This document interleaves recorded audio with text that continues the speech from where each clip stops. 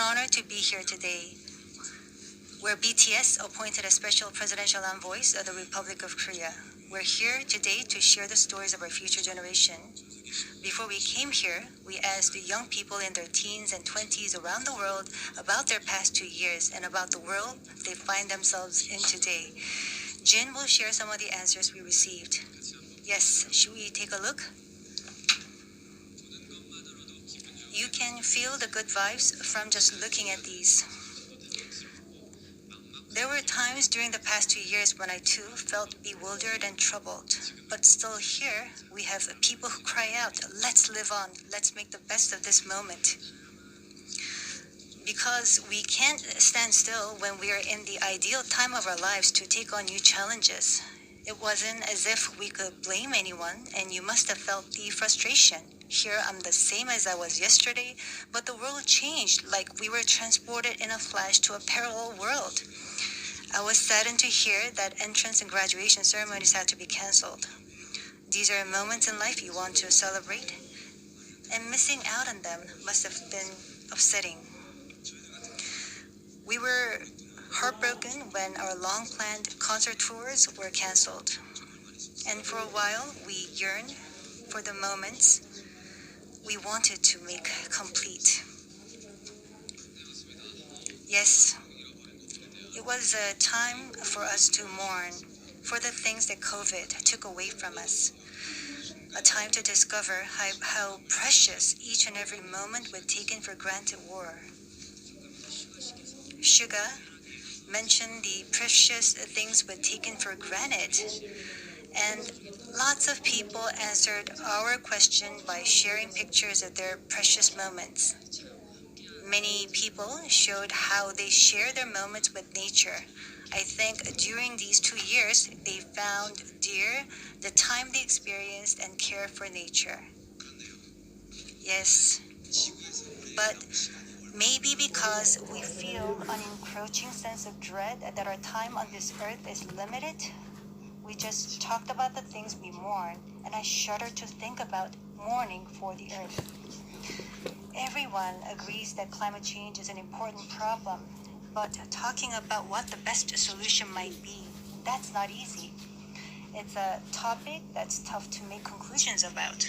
Yes, it is a tough discussion, but I learned while preparing for today that there are many young people who have an interest in environmental issues and choose it as their field of study.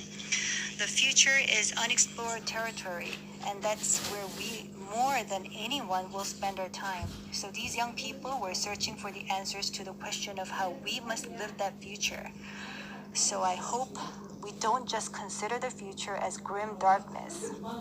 We have people who are concerned for the world and searching for the answers. There are still many pages left in the story about us, and I thought we shouldn't talk like the ending's already been written. Of course, sometimes the world seems stuck in place even if you're ready to go. Sometimes it feels like you've lost your way. There was a time when we felt the same way. I've heard that people in their teens and 20s today are being referred to as COVID's lost generation.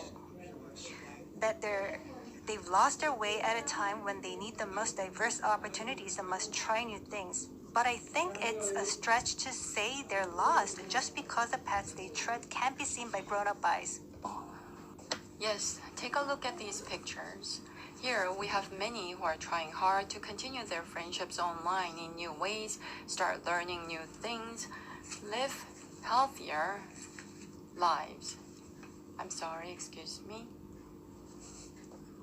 네, 새롭게 공부를 시작하고 더 Yes, these kids are trying to learn new things and trying to figure new things out. They don't look lost. They look like they are finding new courage and taking on new challenges. I think that's why instead of the lost generation, a more appropriate name would be the welcome generation. Because instead of fearing change, this generation says welcome and keeps forging ahead. That's right. If we believe in possibilities and hope, even when the unexpected happens, we will not lose our way, but discover new ones. There will be choices we make that may not be perfect, but that does not mean there will be nothing we can do. That's what I think.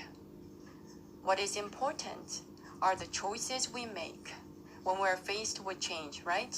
Some of you heard the news that we're coming to the UN, and a lot of you were wondering whether we have been vaccinated. And I'll take this opportunity to say yes. All 7 of us, of course, we received vaccinations. The vaccination was a sort of ticket to meeting our fans waiting for us and to being able to stand here before you today. Just like we said in our message today, we too are doing the things that we're able to do right now. Like the vaccinations, efforts are continuously underway to keep this new reality going forward. And I think the day we can meet again face to face is not